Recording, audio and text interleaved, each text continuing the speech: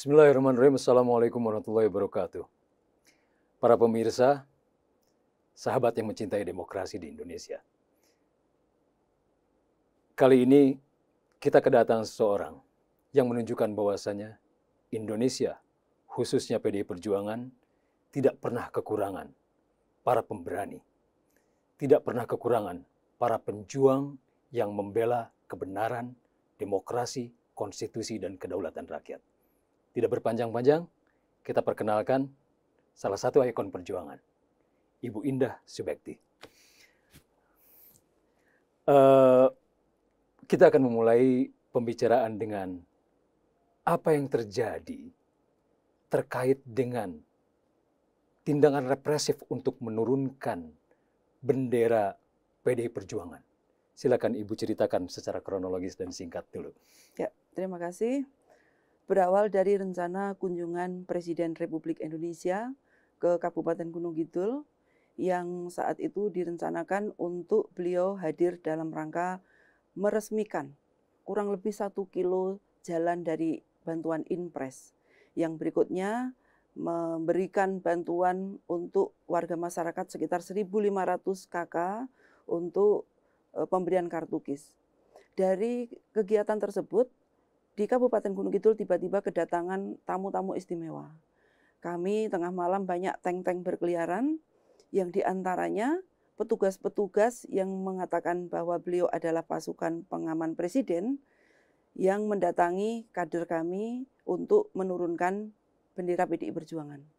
Karena bendera PDI Perjuangan adalah tanggung jawab ketua partai, maka kedua petugas tersebut diantarkan untuk menemui saya. Yang saat itu juga kami diminta untuk menurunkannya.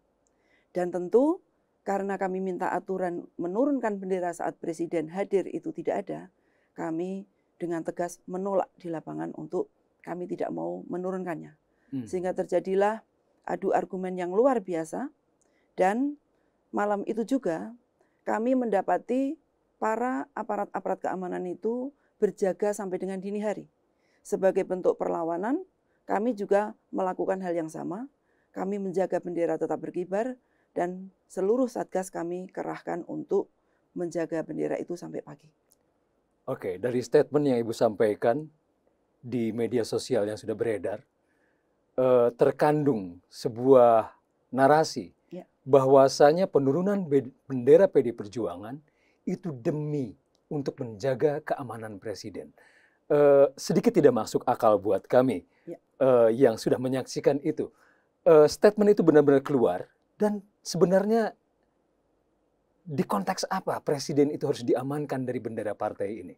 Ya, saat itu dua petugas yang mengatakan bahwa beliau adalah tim keamanan dari presiden, kami tanyakan langsung, apa hubungannya presiden dengan bendera PDI Perjuangan? Sedangkan beliau saat itu bisa dilantik menjadi presiden, itu karena bendera PDI Perjuangan berkibar di seluruh Indonesia. Terutama di Kabupaten Gunung Kidul, beliau 2 periode ini mendapatkan prosentase tertinggi se-DIY. Bahkan kami sampaikan juga bahwa dengan keringat-keringat mereka yang dilarang untuk memasang bendera, itulah Pak Jokowi bisa dilantik. Mereka menyampaikan bahwa ini perintah dari atasan untuk seluruh jalan yang dilintasi presiden untuk tidak boleh ada bendera, sehingga kami diminta untuk menurunkan. Kami tolak saat itu. Jika memang presiden yang meminta, sebagai warga negara kami akan taat, tetapi silahkan kami sebut dari Korem, dari Angkatan Darat, silahkan menurunkan, tetapi izinkan seluruh Satgas PDI Perjuangan untuk menunggu. Tetapi mereka menolak. Alasannya karena ibu yang bertanggung jawab dan mengibarkan bendera, maka ibu yang menurunkan. Tentu di PDI Perjuangan tidak boleh dilakukan. Di saat bendera sudah dikibarkan, kami sampaikan di situ, pantang kami untuk menurunkan. Sehingga kami pun melakukan gertak yang sama. Seandainya di luar sepengetahuan kami, ada aparat yang menurunkan dan satu bendera hilang, maka kami pastikan kami akan berjuang mempertahankan sampai titik darah penghabisan dan menumpahkan darah bersama kader dan simpatisan. Ini tidak hanya lisan yang saya sampaikan. Dan ini belum pernah saya sampaikan di media, bahwa malam itu juga dari penanggung jawab otoritas keamanan Kabupaten Gunung Kidul mengirimkan WA Untuk sebagai Ketua DPC, kami berbesar hati tentang bendera PDI Perjuangan yang dikandung maksud untuk diturunkan. Kami jawab melalui WA yang sama, dengan sikap yang sama bahwa kami menolak. Dan kami akan berdarah-darah untuk mempertahankan bendera itu berkibar. Dan kami memohon maaf jika kami tidak mengindahkan permohonan dari WA yang disampaikan kepada kami. Oke, saya mau sedikit mengungkit kembali saham kemenangan yang Ibu berikan untuk Jokowi yang diberikan oleh warga binaan Ibu di Gunung Kidul. Saya dengar itu adalah persentase yang paling besar, si DIY, tapi hal yang terjadi kemarin terkait dengan bendera, itu seakan-akan meniadakan saham perjuangan untuk mengangkat Pak Jokowi ke kursi kepresidenan ini. Kira-kira apa yang memicu sehingga dalam tanda petik beliau tega untuk melucuti atribut perjuangan yang dulu pernah menyokongnya untuk duduk menjadi manusia nomor 1 di Indonesia ini? Kira-kira apa? Saya meyakini beliau tahu karakter kami warga Gunung Kidul adalah pejuang. Dan beliau tahu bahwa kader PDI Perjuangan Gunung Kidul adalah militan. Di saat beliau berseberangan afiliasi politiknya dengan kita, beliau meyakini bahwa siapapun yang diusung calon presidennya dari PDI Perjuangan dipastikan menang. Sehingga beliau punya pikiran untuk membunuh demokrasi supaya beliau bisa menang di Kabupaten Gunung Kidul dan yang diusung PDI yang kalah. Sehingga beliau melakukan cara-cara seperti itu untuk menakut-nakuti kita, untuk memberikan iming-iming kepada rakyat. Dengan tiba-tiba datang ke Kabupaten Gunung Kidul, hanya jalan 1 kilo saja harus diresmikan oleh Presiden. Hanya karena PDI Perjuangan mengibarkan bendera, beliau takut. Padahal kamilah dulu yang memperjuangkan, membela Presiden habis-habisan saat dibully, saat disakiti, saat diserang. Kami yang berada di benteng paling depan. Maka kewajiban kami kalau kami dulu yang memenangkannya, memperjuangkannya. Dan saat itu kami melihat beliau masih berada di jalan yang benar, kami wajib untuk menjaganya. Tetapi setelah kami melihat bahwa seperti ini beliau berubah, maka kami bertanggung jawab untuk melawannya. Dan beliau punya saham tertinggi di DIY, terutama di Kabupaten Gunung Kidul. Periode 2014, beliau mendapatkan 61% persentase tertinggi nasional di Kabupaten Gunung Kidul. Dari seluruh kabupaten kota, kami pemenangnya. Periode kedua kami ulang kembali, 73%. Itu yang membuat kami kecewa dan malu. Di saat kita usung sedemikiannya, kita bela, ternyata beliau mencoba untuk membunuh demokrasi dan untuk mengecilkan PDI Perjuangan. Barusan saya mendengar ada satu kata kunci dalam narasi Ibu, itu adalah demokrasi. Atas nama demokrasi, Ibu membela bendera PDI Perjuangan untuk terus berkibar dan pantang diturunkan. Dan jika itu terjadi pada bendera partai lain, apakah Ibu akan melakukan hal yang sama? Tidak hanya bendera PDI Perjuangan yang kami bela, termasuk bendera-bendera lain. Jika presiden atau aparat zalim kepada rakyatnya, wajibnya PDI Perjuangan menginisiasi untuk melakukan perlawanan. Kita terlalu lama dilupakan oleh bagaimana kita berani. Maka ini momentum yang tepat untuk mengingatkan warga negara Indonesia bahwa kita harus berani karena benar, bahwa Satyam Eva Jayate, kebenaran itu pasti akan menang.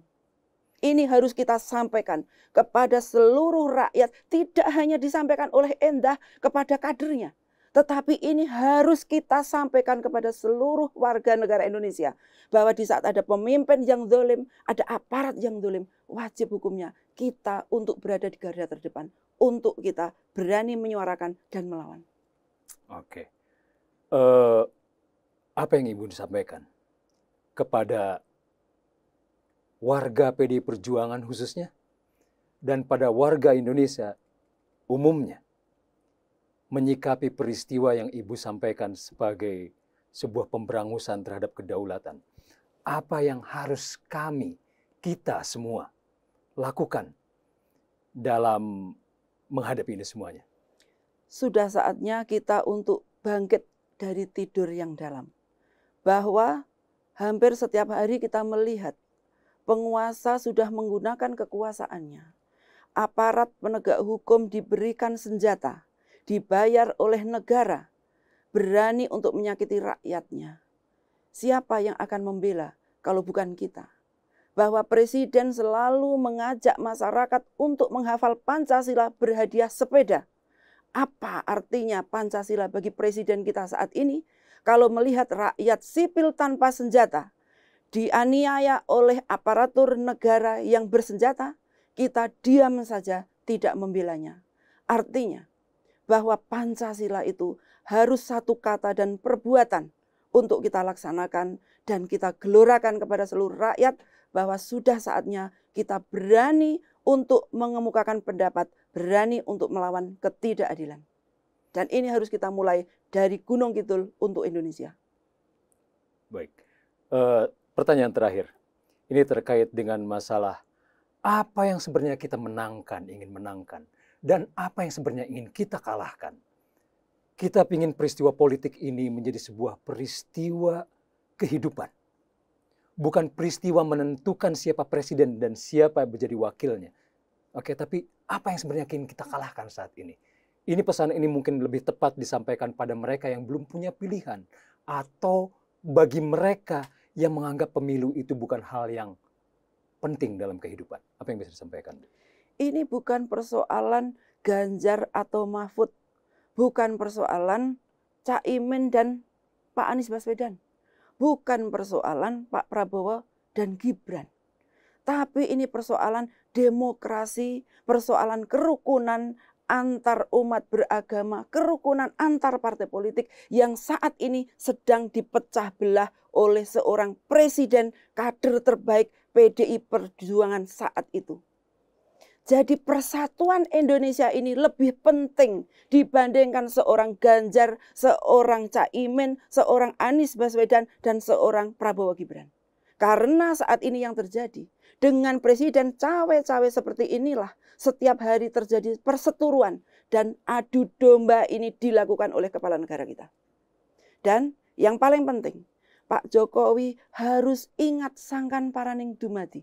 Kacang tidak boleh meninggalkan lanjaran. Ini ajaran Jawa yang harus betul-betul kita pegang sebagai kultur Jawa. Sampai di sini perbincangan kita terkait dengan apa itu peristiwa demokrasi. Dan bagaimana demokrasi itu sebagai bendera harus kita pertahankan. Bagaimana demokrasi sebagai bendera tidak boleh turun menaungi Indonesia. Sampai di sini, terima kasih Ibu.